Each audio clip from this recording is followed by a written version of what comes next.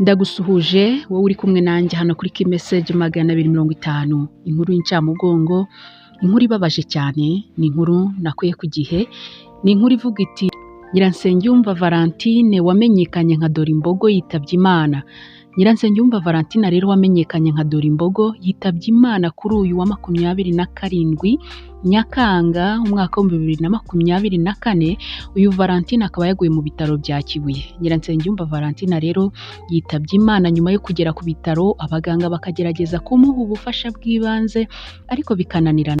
Amakuru Igihe yabonye nuko nyakwigendera yari amaze igihe arwaye indwara zifata imyanya y'ubuhumekero. Mu minsi ishize rero uyu Valentine arwariye mu bitaro bya Kibogora i Nyamasheke, ahava bamuhaye transfer yo kujya kwivuriza mu bitaro bya Kibuye. Umukozi w'ibitaro bya Kibuye wahaye Igihe amakuru yavuze ko Nyiransengiyumva Valentine yahageze kuri uyu wa 27 Nyakanga umwaka wa 2024, kahagera ameze nabi cyane ku buryo abaganga bagerageje kumwitaho ariko bikarangira yitabye Imana.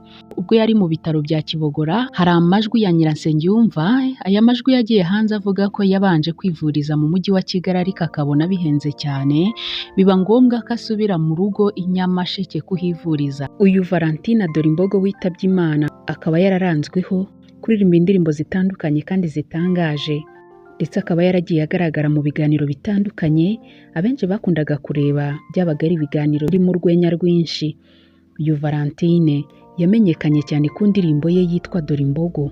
Nubwo indirimbo ze zitavugwagaho rumwe na benshi, byagaragaraga ko ari umuhanzi wigirira icyizere kandi ufite intego mu buzima bwe bwa buri munsi.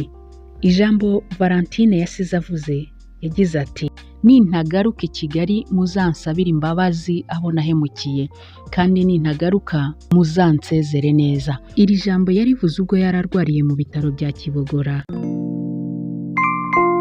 Nyiransengiyumva Valentine rero akaba yitabye Imana kuri uyu wa 6. Imana imuhe iruhuko ridashira. Nimba ari ubwa mbere ugeze hano kuri YouTube channel yacu, kora subscribe ujye ubana natwe mu biganiro bitandukanye. Turabakunda naho ubutaha.